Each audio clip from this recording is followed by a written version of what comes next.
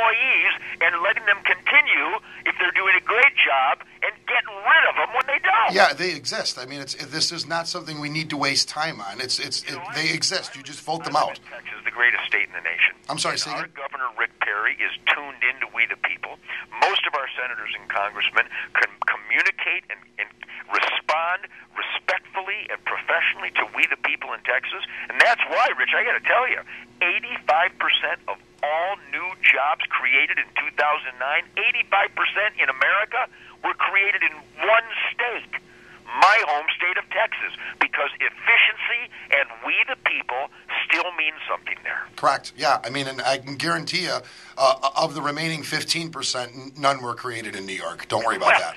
Yeah, if you create an entrepreneurial, uncomfortable, and anti-business environment like Illinois does, like Massachusetts does, like New York does, New York you does. get what you ask for. 1.2 million people since 2001 have left my state. Well, and you know who they were? They were the smartest.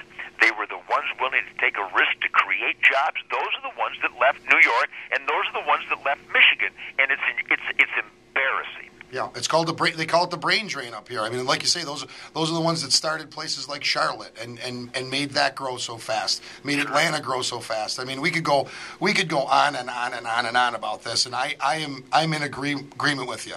Well, you know, you had mentioned, and I appreciate it, my book, Ted White and Blue, The Nugent Manifesto. You know, again, I not only wrote Wango Tango, I actually believe it when I sing it, Rich, okay? So you wouldn't think that guitar player could write a New York Times bestseller, but I've written two, God, Guns, and Rock and Roll and Ted White and Blue, The Nugent Manifesto, which just came out in paperback. And I got to tell you, I've had people, thousands of people, communicate with me after reading God, Guns, and Rock and Roll and Ted White and Blue, The Nugent Manifesto, who got those books to get more information on how to hate me more until their intellect overpowered their emotions. They read my books. They realized that Ted Nugent logic is logic. And they communicated with me to say, I hated you till I admitted what you did, what you stand for, and how you live, and now I've changed my life to live by logic like I read in your book. So, again, I'm not a rocket scientist. I'm just a pragmatist, and I'm addicted to logic, and it absolutely works. But you must live within your means.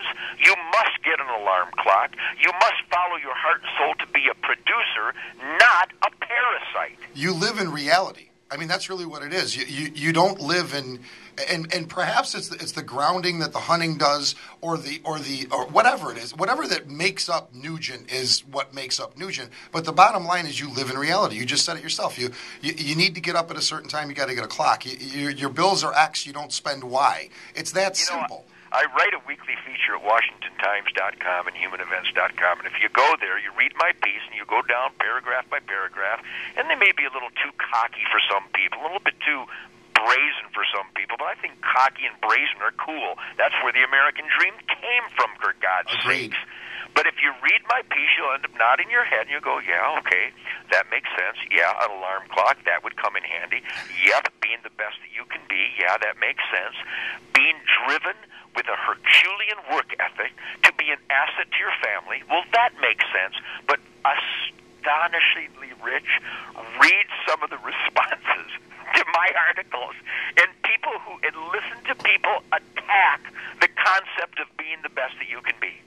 Listen to my critics attack the concept of being driven to be a productive member of your family and your neighborhood. They find fault with those truisms. It's hysterical. Well, and like you say, that's what's got us into a country now where we can't build an amplifier without making sure the potentiometers come from China first.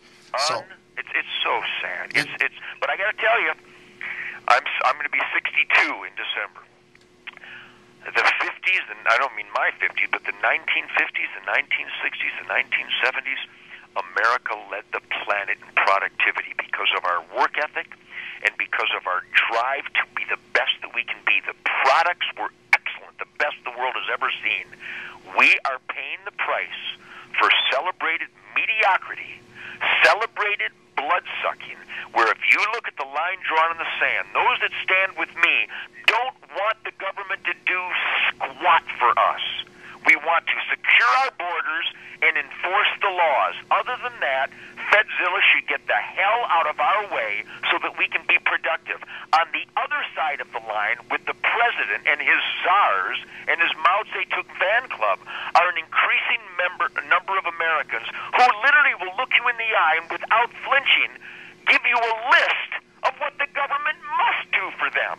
Correct. How embarrassing, as they will literally tell you, or mumble if you can get someone to translate, or maybe push 2 for Spanish, where they will tell you, no, I'm not doing nothing. You've got to provide for me.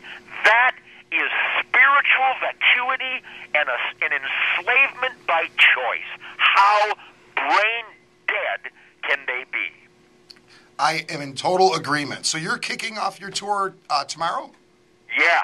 Boston, here we come, baby. And the lovely Kim Marie and myself will be seeing you at the House of Blues in Cleveland on the 28th. And I got to say this, Kim Marie wants to go on the bear hunt. She's been. We were at tednugent.com, which is a wonderful, wonderful site. And one thing that I want to say too, first of all, you are a patriot. You're a wonderful person, wonderful American. And even in this, through our discussion here, you were mentioning, just throwing out love to everybody that you mentioned. On your site, if you go to links, there's local links for taxidermists. There's caterers who cater, for natural foods. It's a great website. You could be on that site for 2 hours. I use the word blood brothers. My blood brothers are people that work really hard to be the best that they can be because they don't want to take from the government. They don't want to take from the other working people. They want to produce. In fact, everybody I know, Rich, and you'll see this all over tednugent.com, especially if you go to TalkBack. I got to get Linda to get you and Kimberly a subscription to my TalkBack. Oh, I'd love that. Goodwill, the decency, the productivity, the incredible positive energy at tednugent.com is contagious, and people have come kind of mumbling and shuffling along to kind of make fun of the guy that whacks him and stacks him and kills Bambi and all that kind of stupidity, and they come away going, wow, these people are happier than I am. These people are having more fun than I'm having. Uncle Ted is on fire because it's about being the best that you can be, all together now. Duh. So we like to spotlight all of our friends, all of our associates, all the different businesses that bust their ass to be productive in their neighborhoods for a productivity in the United States of America. So you're right, there's a real blood brother spirit, a real aboriginal primal scream of supporting people that are in the asset column and scolding people who are intentionally in the liability column. It's that simple. And that's fantastic. So we can catch you on Tooth, Fang, and Claw on what channel? That's on the Pursuit Network and Ted Nugent Spirit of the Wild on the Outdoor Channel 4 times a week, man. And we can get the paperback of Ted White and Blue, or we can go catch the complete tour. And like I say, these tour dates, I have your tour dates in front of me. This is not a little girl tour. I'm an animal. You are. Gonzo. You are. My friend, it's been an honor to talk to you, and I have to say this. I became a musician because of you. I learned to play drums. My first instrument was drums, and I learned to play on the Free For All album. Dog Eat Dog and Free For All were the first 2 drum beats. I drove my parents crazy. I had my Koss headphones on my head, and that's exciting. I'm telling you, brother, I owe it all to you. I think, Rich, how about those songs? When we play those songs in this day and age, I'm telling you, people dance like absolute animals. Those are the greatest songs in the history of rock and roll, and we play them with more intensity now than ever. That's still one of my favorite top 10 albums of all time. It's just it's a monumental album. Up here in Buffalo, if you're doing a cover gig, any of the guys that are out doing a cover gig, you play the opening riff from Great White Buffalo, and people are on their feet. I mean, we have the time of our lives every night, man. It's absolutely out of control. Yeah, and like I say, God bless you for what you do, and I hope that you keep cooking for another 40 years. Well, thank you I appreciate that so much. You tell Kimberly to get ready, get her dancing shoes on. And if people listening would go to tednugent.com, you'll see our Freedom's Angels charity to help out the heroes of the U.S. military. And our Ted Nugent Camp for Kids has just celebrated its 21st year, teaching kids about conservation and fighting the drugs and the alcohol and the lie of peer pressure. And if they would get involved with those charities, it makes the world a better place, I guarantee. And thanks to everybody who does so generously give to those important charities. All right, Ted, thank you so much, and we will be seeing you on tour, and I'll definitely run into you at the NAMM show this year. All right, man. God bless you, Rich. God bless you and Kimberly. Be safe.